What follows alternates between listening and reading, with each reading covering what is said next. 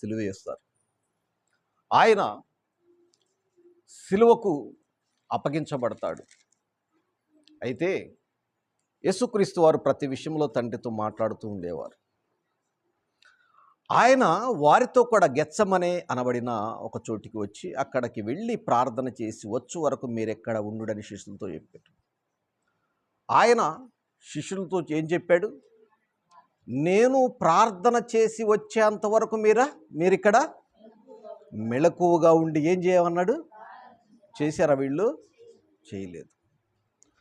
ఆ ప్రార్థన చేయమని చెప్పినప్పుడు వీరు ప్రార్థన చేయలేదు. అంటే మరలా ఆ శిష్యులను అక్కడ వదిలిపెట్టి మీరిక్కడ కూర్చున్న శిష్యులు చెప్పి పేతురును జబదయి ఇద్దరు కుమారులు. జబదయి ఇద్దరు కుమారులు ఎవరు? జబదయి ఇద్దరు కుమారులు ఎవరు? యోహాను, యాకోబు. యోహాను, యాకోబును తర్వాత పేతురును వెంట పెట్టుకొని ఈ మిగతా శిష్యులను వదిలిపెట్టి, అప్పటికి 12 మంది శిష్యుల్లో ఒకడు తప్పిపోయాడు కదా, యూదా ఇస్కరియోతు. అప్పటికి ఎంతమంది ఉన్నారు? 11 మంది ఉన్నారు. ఈ 11 మందిలో కూడా ఒక ముగ్గురిని పక్కకు తీశాడు. ఆ 10 మందిలో ఆ 11 మందిలో ఒక ముగ్గురిని పక్కకు తీశాడు. అప్పుడు ఎంతమంది? 11లోంచి ముగ్గురిని పక్కకు తీస్తే 8 మంది. వారిని అక్కడ ఉంచేసి ఈ ముగ్గురిని తీసుకొని కొంత దూరం వెళ్ళి సాగిలపడి, నా తండ్రి సాధ్యమైతే అంటే సాధ్యము కాదని ఆయనకు తెలుసు. కానీ ఎందుకు ఆయన శరీరధారిగా ఉన్నప్పుడు మన వంటి స్వభావం కలిగి ఉన్నాడు, మనలాగే పాపము చేయటానికి అనుకూలమైన శరీరములో ఉంచబడి ఉంది ఆయన ఆత్మ కూడా. ఆయన కూడా పాపములోనే ఉన్నాడు, కానీ ఎంత మాత్రం ఆయన పాపం అంటలేదు. అయితే మనకున్నట్టే ఆయనకు కూడా సెంటిమెంట్లు ఉన్నాయి. అంతే కదా, ఆయన అంటూ ఉంటాడు, మన ప్రధాన యాజకుడు మనకంటే మన సహానుభావము, మన బలహీనతలో సహానుభావము కలిగిన వాడు. అంటే మన ప్రధాన యాజకుడు మన బలహీనతలలో మనతో సహానుభావము లేనివాడు కాడు, గాని సమస్త విషయములోనూ మన వలనే శోధింపబడినను ఆయన పాపము లేనివాడుగా. అంటే మన ప్రతి బలహీనతలో ఎలాగైతే మనకు బలహీనత వచ్చినప్పుడు పాపం చేస్తాం, అవునా కాదా? పాపం అంటే ఏంటని అడిగితే ఆజ్ఞాతిక్రమమే పాపం. ఇప్పుడు తప్పించుకోవటానికి మనం అబద్ధం ఆడుతాం. తప్పించుకోవడానికి శ్రమ వచ్చింది. ఆ విషయాన్ని విషయం ఉన్నట్టుగా చెప్తే వస్తుంది, శ్రమ కలిగి మన మీదకి నింద వస్తుంది. కాబట్టి అప్పుడు మనం ఏం చేస్తాము? అబద్ధం ఆడతాం. ఇది పాపం. అంటే మన వలె ఆయన శోధించబడ్డాడు, కానీ మనం శోధించబడుతున్నప్పుడు పాపము చేసే అవకాశాలు కనపడుతున్నాయి. ఆయన శోధించబడుతున్నప్పుడు ఎక్కడ కూడా ఆయన పాపము చేయలేదు. కాబట్టి మన బలహీనతలో ఆయన సహానుభావము లేనివాడు అని నీవు అనుకుంటే ఆ పొరపాటే నీది. ఎందుకంటే ఆయన ఈ లోకములో ఆయన బాధించబడినట్లుగా అంతగా మనము బాధించబడలేదు. అయితే తరువాత వెళ్ళి ఈ గిన్నె నా యొద్ద నుండి తొలగిపోనిమ్ము, అయినను నా ఇష్ట ప్రకారము కాదు కానీ నీ చిత్త ప్రకారమే కానిమ్మని ప్రార్థన చేశాడు. ఎందుకు ఆ గిన్నె పక్కకి వెళ్ళిపోవాలని అడుగుతున్నాడు అంటే, కళ్ళ ముందు తెల్లారితే మరణం, 1 గంటలో నువ్వు చనిపోతావని డాక్టర్లు కూడా నీతో చెప్పరు, లేదంటే నాతో చెప్పరు. నేను చనిపోతానంటే ఎవరితో చెప్తారు? కుటుంబంలో ధైర్యం గలవారు ఎవరైనా ఉన్నారా అని పిలుస్తారు. డాక్టర్లు ఏం చేస్తారు? కుటుంబంలో ధైర్యం కలిగిన వారు ఎవరంటే ధైర్యం లేని వాళ్ళు అయితే గుండె కొద్దిగా వీక్గుంటే అక్కడే గుండె అయిపోయింది ఆ వార్తకి. అందుకని కుటుంబంలో ధైర్యం కలిగిన వారంటే పెద్ద సెంటిమెంట్లు లేని వాళ్ళని అర్థం. అదేనా? కుటుంబంలో ధైర్యం కలివారంటే ప్రతి దానికి తొనకకుండా ఎక్కువగా సెంటిమెంట్లకు లోనవ్వకుండా ఉండేవాళ్ళని ధైర్యం కలిగిన వారు అంటారు. అంతే కదా, ఎక్కువగా వాళ్ళకి ఏముండవు, ధైర్యం కలిగిన వాడికి ఎక్కువ ఏముండవు, సెంటిమెంట్లు ఉండవు. అలాంటి వ్యక్తి ఉంటే ఆ వ్యక్తికి చెప్తారు ఏమని, ఇంకో గంటలో పలానా వ్యక్తి చనిపోబోతున్నాడు. అలా చెప్పినప్పుడు ఎంత ధైర్యం కలిగిన వాడికైనా తన రక్త సంబంధులు ఈ విధంగా చనిపోతున్నారంటే బాధ కలుగుతుంది. అదే బలహీనులకు ఏదైనా గుండె వీక్గా ఉన్నవారి అయితే వారి గుండె ఆగిపోయే ప్రమాదం ఉంది. కాబట్టి అలా డాక్టర్లు ఏం చెప్తారు, ధైర్యం కలిగిన వారికే చెప్తారు. కానీ ఇక్కడ జరుగుతుంది ఏంటంటే, ఆయన ఎలా చనిపోతాడో తండ్రి చూపించాడు. ఊరకొక దెబ్బ కొట్టి చనిపోతే వేరు, ఆయన గడ్డమును పీకటం, ఆయనను పిడిగుద్దులు గుద్దటం, ఆయన ముఖం మీద ఉమ్ము వేయటం, ఆయనను కొరడాలతో కొట్టడం, మామూలు కొరడాలు కాదు అవి, చీల్చబడే కొరడాలతో కొట్టడం, ఎలా ఆ గొల్గతా కొండ మీదకి తీసుకుని వెళతారు, ఎలా మేకులతో చిత్రహింసలు చిత్రవాద చేసి చంపుతారు అనేది తండ్రి చూపించాడు. ఎలా ఉంటుంది? గుండె ధైర్యం ఏమైనా ఉంటుందా? బండి మీద వెళ్తున్న మనకి కాసేపుట్లో బండి యాక్సిడెంట్ అయ్యి చనిపోతామని తెలిస్తే బండికి పట్టుకుంటాం బండి తెలిస్తే మనకి. కానీ ఆయనకు తండ్రి అన్నీ కూడా చూయించాడు. ఇప్పుడు ఆయనకు భయం ఏర్పడింది. మనలాగే ఉన్నాడు కదా ఆయన కొంత భయానికి గురయ్యి, తండ్రి నీ చిత్తమైతే ఈ గిన్నె నా యొద్ద నుండి తొలగించుము, అయినను నా ఇష్ట ప్రకారము కాదు, నీ చిత్త ప్రకారమే కానిమ్మని ప్రార్థించాను. మరలా శిష్యుల యొద్దకు వచ్చి వారు నిద్రించుట చూచి ఒక్క గడి అయినను నాతో కూడా మెలుకొని లేరా అని అడిగాడు. అప్పటికి శిష్యులకు ఎలా ప్రార్థన చేయాలో నేర్పించాడు. అడిగారు కదా, అయ్యా యోహాను శిష్యులకు ప్రార్థన చేయటం నేర్పించాడు. బాప్తిస్మం ఇచ్చు యోహాను తన శిష్యులకు ప్రార్థన చేయటం నేర్పించాడు. అప్పటికి యోహాను శిష్యులు ఎవరున్నారంటే జబదయి కుమారులు యోహాను శిష్యులే. జబదయి కుమారులు ఎవరు? యోహాను శిష్యులే కదా. యోహాను ఎప్పుడైతే ఇదిగో లోక పాపములను మోసుకొని పోవు దేవుని గొర్రె పిల్ల అన్నాడో వెంటనే వారు ఆయన వెంబడించారు.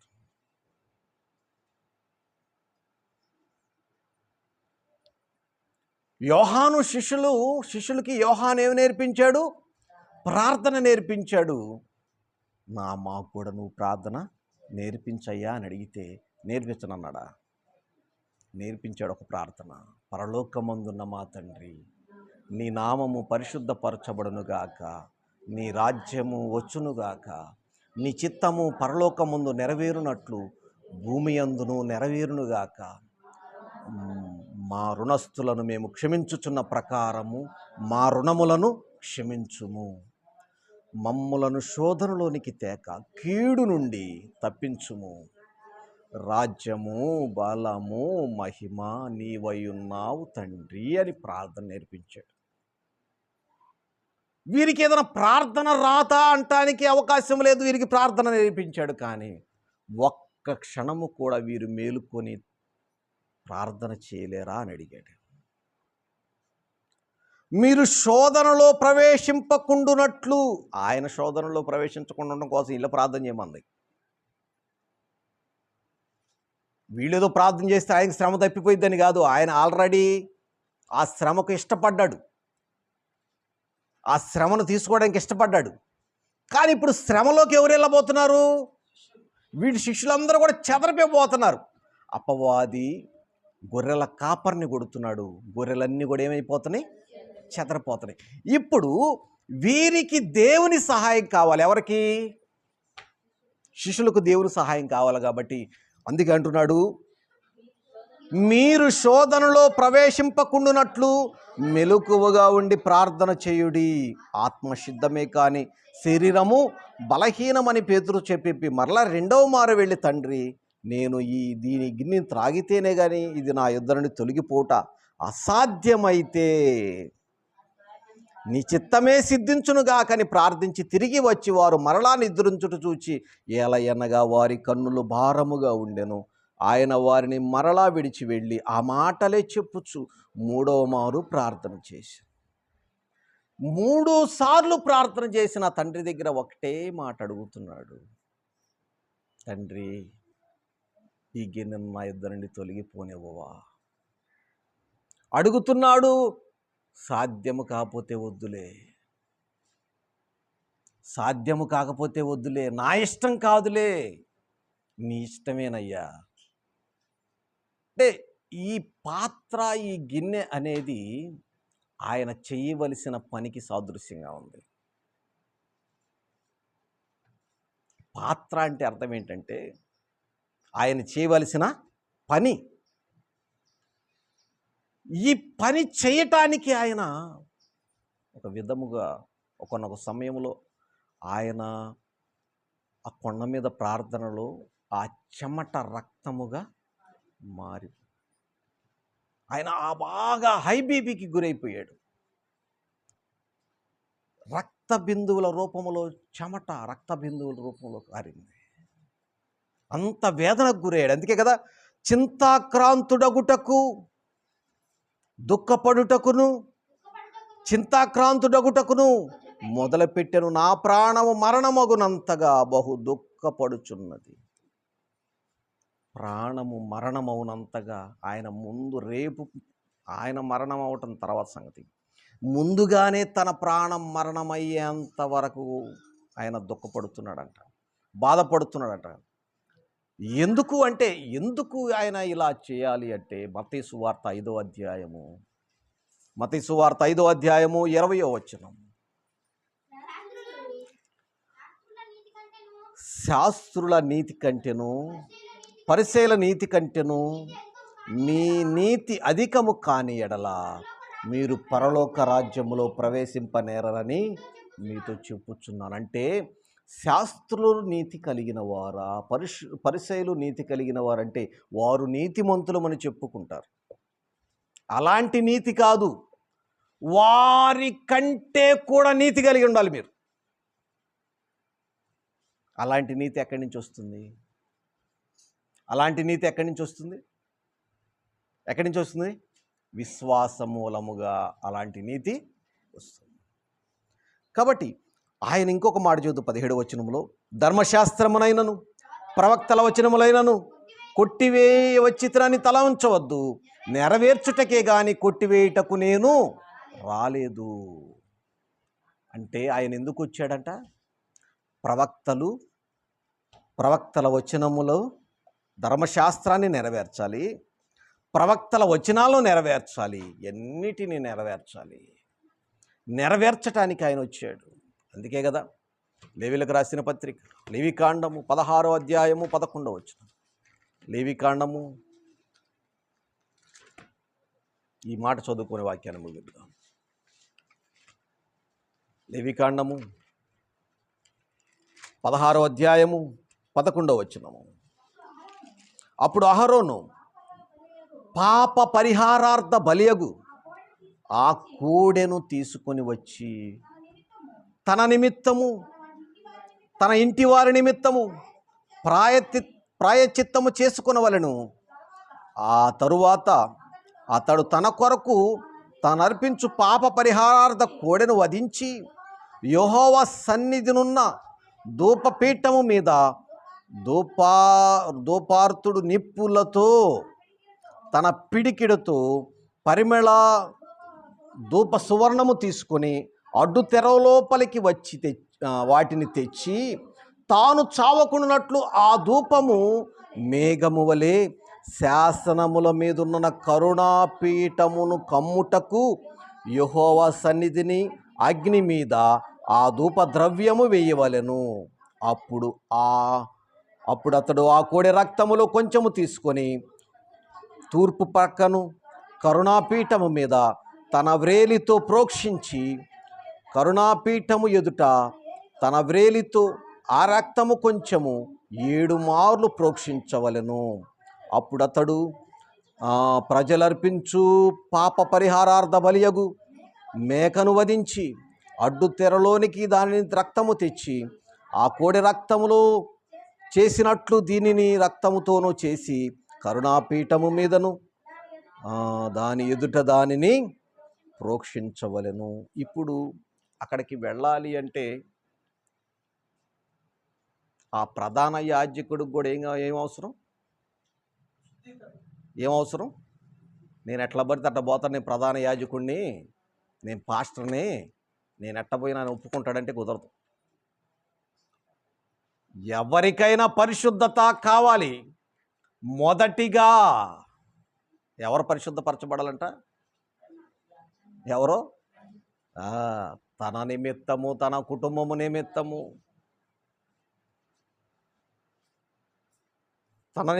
తన కుటుంబము నిమిత్తము, ఆ తరువాత ఇజ్రాయేళ్ల సమాజము నిమిత్తము ఆయన ఆ రక్తము తీసుకొని కరుణా పీఠము యొద్దకు వెళ్ళాలి. అయితే ప్రధాన యాజకుడిలో శుద్ధత ఉన్నదా అంటే శుద్ధత లేదు. ప్రధాన యాజకుడిలో శుద్ధత ఉన్నదా అంటే శుద్ధత లేదు. శుద్ధత ఉంటే అతడు తన నిమిత్తం ఎందుకు బలి అర్పించుకుంటాడు? ప్రధాన యాజకుడు అయినప్పటికీ తనలో శుద్ధత ఉంటే, పరిశుద్ధత ఉంటే ఎందుకు బలి అర్పించుకుంటాడు? లేదు. కాబట్టి అందుకే రాయబడింది, తాను చావకుండునట్లు. ఏమైనా తేడా వస్తే అతను చచ్చిపోతాడు. ఎక్కడ? ఆ అతి పరిశుద్ధ స్థలములో అతను చచ్చిపోయే ప్రమాదం ఉంది. కాబట్టి తాను తీసుకెళ్ళిన ధూప ద్రవ్యములు పొగ శాసనముల మీదనుగా వచ్చి కరుణాపీఠము మీద మేఘము వలె కమ్మాలి. అంటే ఆ ప్రత్యక్ష గుడారములో ఏముంచబడింది? దేవుని యొక్క మందసములో ఏమున్నాయి? శాసనపు పలకలున్నవి. అహరోను చిగురించు కర్ర ఉంది. తర్వాత మన్నా పాత్ర ఉంది. ఇప్పుడు శాసనముల మీద, పలకల మీద నుండి కరుణాపీఠం మీదకి వచ్చి ఆ పొగ మేఘములాగా ఉండాలి. అట్లా ఈ యొక్క ప్రధాన యాజకుడు తన నిమిత్తము, తన కుటుంబము నిమిత్తము, ప్రజల సర్వ ఇజ్రాయేళ్ల సమాజము నిమిత్తము ఆయన ఏమర్పించాలట? బలి అర్పించి ఆ ప్రోక్షణ రక్తము తీసుకొని వెళ్ళాలి. 7 మార్లు ప్రోక్షించాలి. ఆ రక్తాన్ని, బలి రక్తాన్ని ఏం చేయాలి? 7 మార్లు ప్రోక్షించాలి. 7 మార్లు ప్రోక్షించాలి. అదే పని ఇక్కడ యేసుక్రీస్తు వారు చేశారు కదా. ఎబ్రీయులకు రాసిన పత్రిక 10వ అధ్యాయము.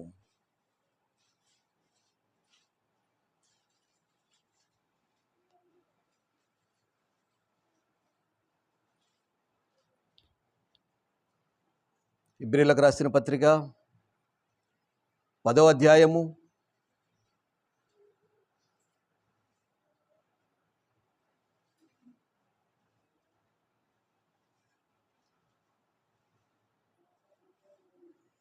3వ వచనం చదువుకుందాం.